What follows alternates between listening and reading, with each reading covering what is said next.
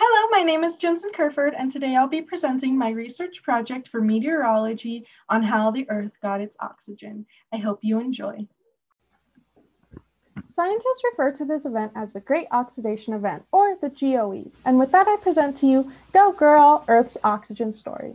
Initially, the Earth did not have free oxygen. This is because of oxygen's chemistry. It tends to react easily and quite willingly with other elements, so that what little we did have quickly reacted to become something else. Our planet could only accumulate oxygen if there was more that was put into our system than taken out. But this wasn't that easy. For the first 1.5 billion years of Earth's history, it was being bombarded by space debris at a very constant rate, creating a violent and unwelcoming environment for any type of life to form. When the bombardment slowed, Earth reached its habitable boundary, which allowed early life forms to thrive. Conditions 3.5 billion years ago were very different. With no oxygen on our planet, our atmosphere did not have an ozone layer, making it uninhabitable for life.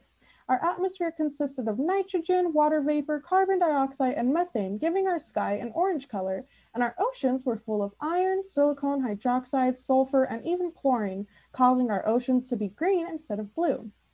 Diving down into our deep green seas 3.8 billion years ago, the anaerobic conditions led to the first signs of life on Earth in the form of microbes.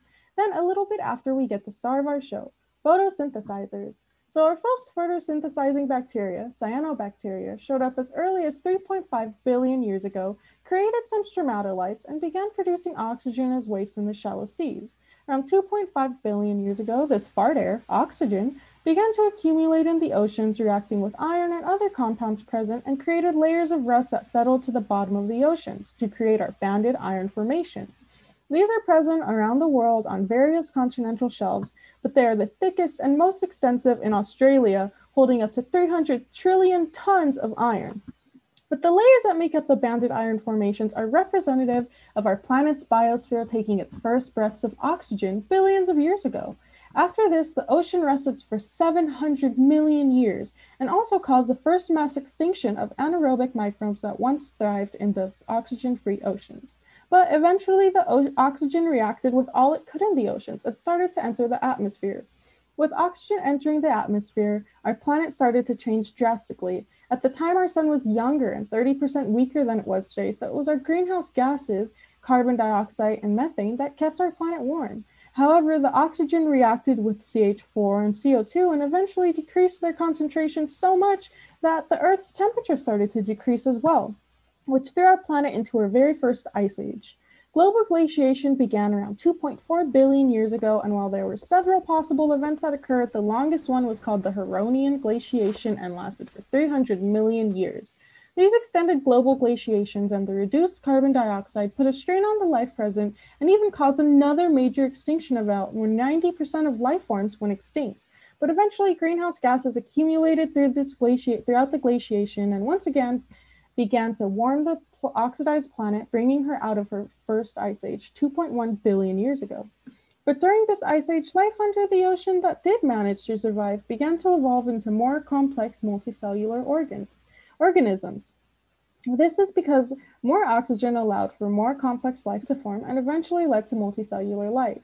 But there was another big change that oxygen brought on. After the first ice age, our planet formed something crucial for life to survive on Earth's surface, our ozone layer. Ozone is made of O3. It is very important because it acts as our planet's sunscreen and blocks harmful UV rays from entering our planet and allows the surface of the Earth to be much more inhabitable for all types of life. So the planet's surface is habitable and oxygen levels are increasing and life is evolving under the ocean, but things weren't really that exciting just yet. After the creation of our ozone and the end of our ice age, the planet became relatively stable, both biologically and climatically, so stable in fact that scientists often refer to this time frame as the boring billion. But depending on your field of science, it wasn't that boring. The planet was busy creating land. It formed its system of plate tectonics brought on by seaforce wetting and subduction and formed Earth's supercontinent, Rodinia. This was awesome. Life was complex and land was present and everything was looking great for the planet until the sun began to dim and chemical weathering pulled out CO2 from the atmosphere again, causing the Earth to be thrown into its most intense snowball event, the Cryogenian Ice Age. The Ice Age was our most intense ice age. Sheets of ice formed at our poles and increased our albedo and brought temperatures down even more. In fact, this was the coldest our planet has ever been. There were two separate snowball events during this time frame, each lasting about 20 million years.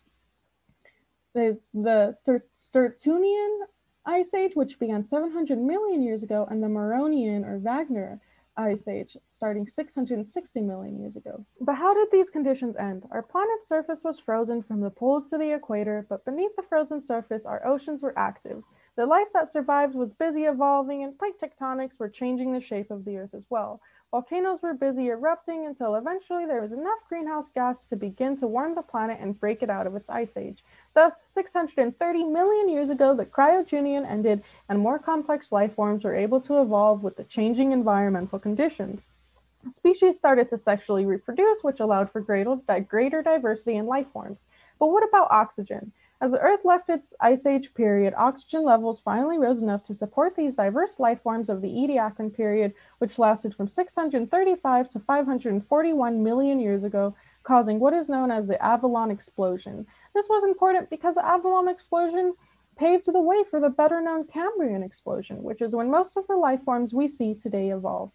Thank you so much for listening to my presentation. I do hope you enjoyed.